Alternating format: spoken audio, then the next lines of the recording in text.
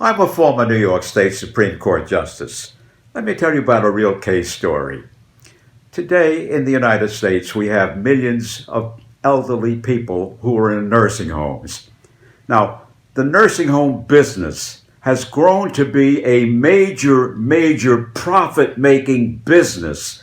Big money, big time.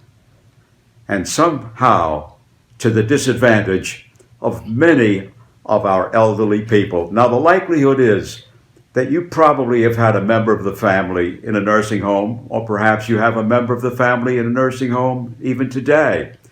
And with life expectancy being enlarged, we can expect that people who are living longer will require nursing homes in the future.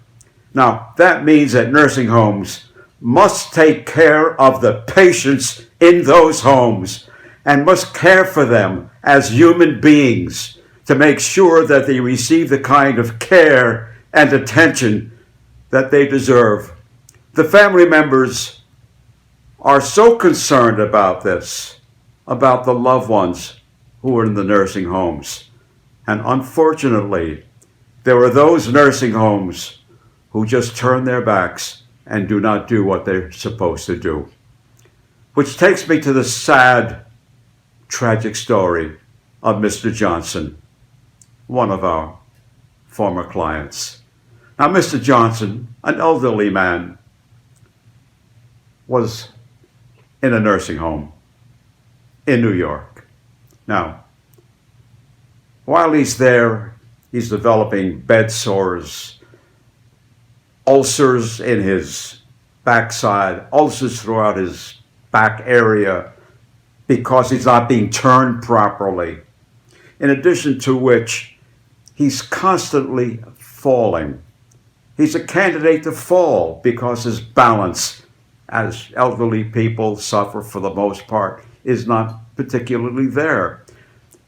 Mr. Johnson was a patient in a nursing home who required special kind of care to make sure that if he falls, at least he'll be falling in an area where he'll be protected in some fashion.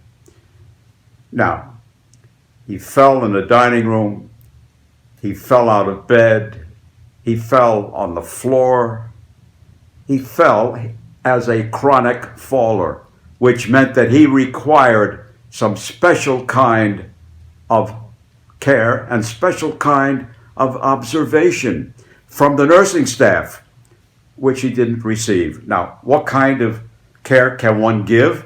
Fine.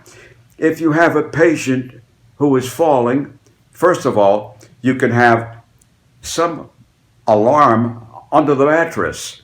It's an alarm system where if a patient gets off out of the bed, an alarm goes off in a central station someplace, and nurses can come in.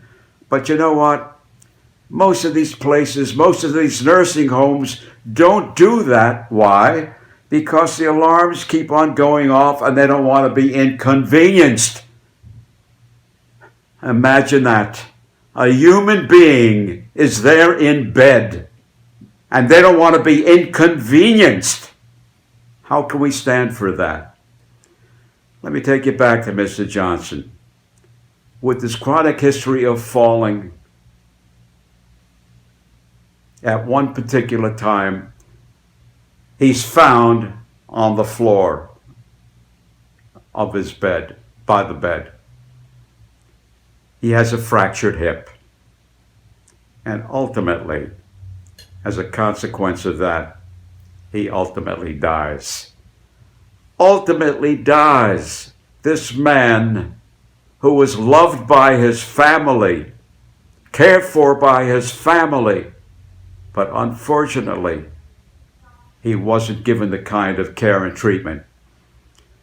This nursing home knew that he was a chronic faller.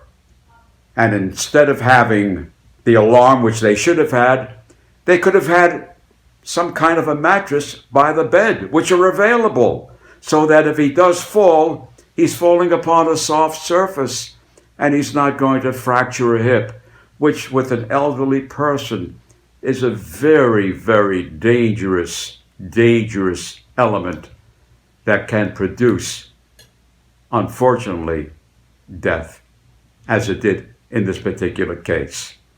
Now, we had the case.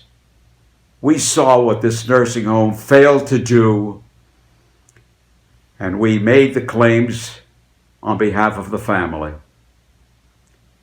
And recognizing, in New York at least, the legislature mandated that there will be a jury trial, that any patient in a nursing home could not waive a jury trial, because most nursing homes would love to have patients waive a jury trial so they can go to arbitration. And in arbitration, you know, an arbitrator would sit there and decide how much compensation, if any, would go to the patient. But if there's a jury trial, then of course there's a certain intimidation upon the nursing home. And New York State, to the credit of New York and to the credit of many other states, have mandated that there will be no waiver of any jury trial with respect to a nursing patient. Well, poor Mr. Johnson, as indicated, did fall, fractured his hip, and ultimately died. Something that should not have happened, particularly if the nursing home took more care. Now, these nursing homes who do not care about their patients and show it by the lack of kind of attention that they owe to these patients should lose their license. They should not be in a position where they can profit on human beings and the pain and suffering and torment to a patient and to a family. Well, fortunately for the family, at least there was a settlement following the death. And the settlement was there because the nursing home would be facing a jury. And facing a jury, they did not want a jury to see all of the mistakes that they had made and all of the failures on their part that would have led to a massive verdict. The settlement was for a very substantial amount, and at least the family would have something in connection with the unfortunate and tragic death of Mr. Johnson.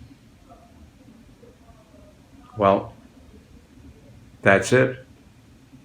And until we meet again, this is the storyteller telling you, stay safe and keep out of danger.